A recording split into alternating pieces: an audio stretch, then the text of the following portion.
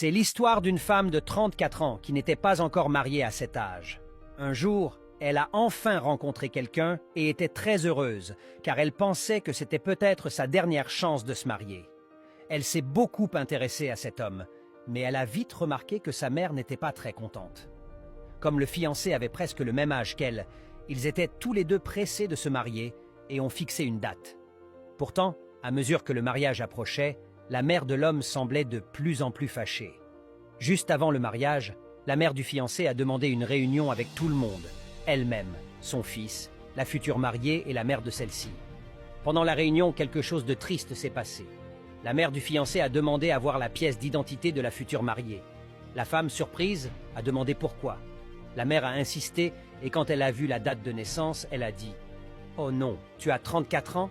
Je ne savais pas que tu étais si âgé. Je veux que mon fils épouse une femme plus jeune pour qu'il puisse avoir des enfants. Je ne suis pas sûre que tu puisses en avoir à ton âge. » Puis, sans plus de paroles, elle a pris son fils avec elle et ils sont partis. Le fiancé n'a rien dit et l'a suivi.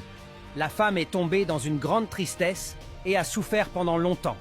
Ses parents lui ont conseillé de faire une omra, petit pèlerinage, pour soulager son cœur. Elle est partie, a beaucoup prié et pleuré en se rappelant les paroles du Coran. Ne désespérez pas de la miséricorde d'Allah. À son retour à l'aéroport, un homme est venu l'aider avec ses valises. Elle a trouvé cet homme très poli. Par la suite, elle a découvert que cet homme était un ami du mari de sa sœur. Ils ont fait connaissance et avec le temps, ils se sont mariés. Grande surprise, elle est tombée enceinte de triplés. Elle a donné naissance à 3 enfants et est aujourd'hui très heureuse. Pendant ce temps, l'homme qui l'avait quittée s'est aussi marié, mais il n'a pas eu d'enfant. Il a découvert qu'il ne pouvait pas avoir d'enfant. La leçon de cette histoire est simple. Ne brisez jamais le cœur des autres. Dieu veille sur ceux qui souffrent et il rend justice à ceux qui sont blessés. Il est important de respecter les sentiments des autres pour que Dieu préserve aussi nos propres cœurs.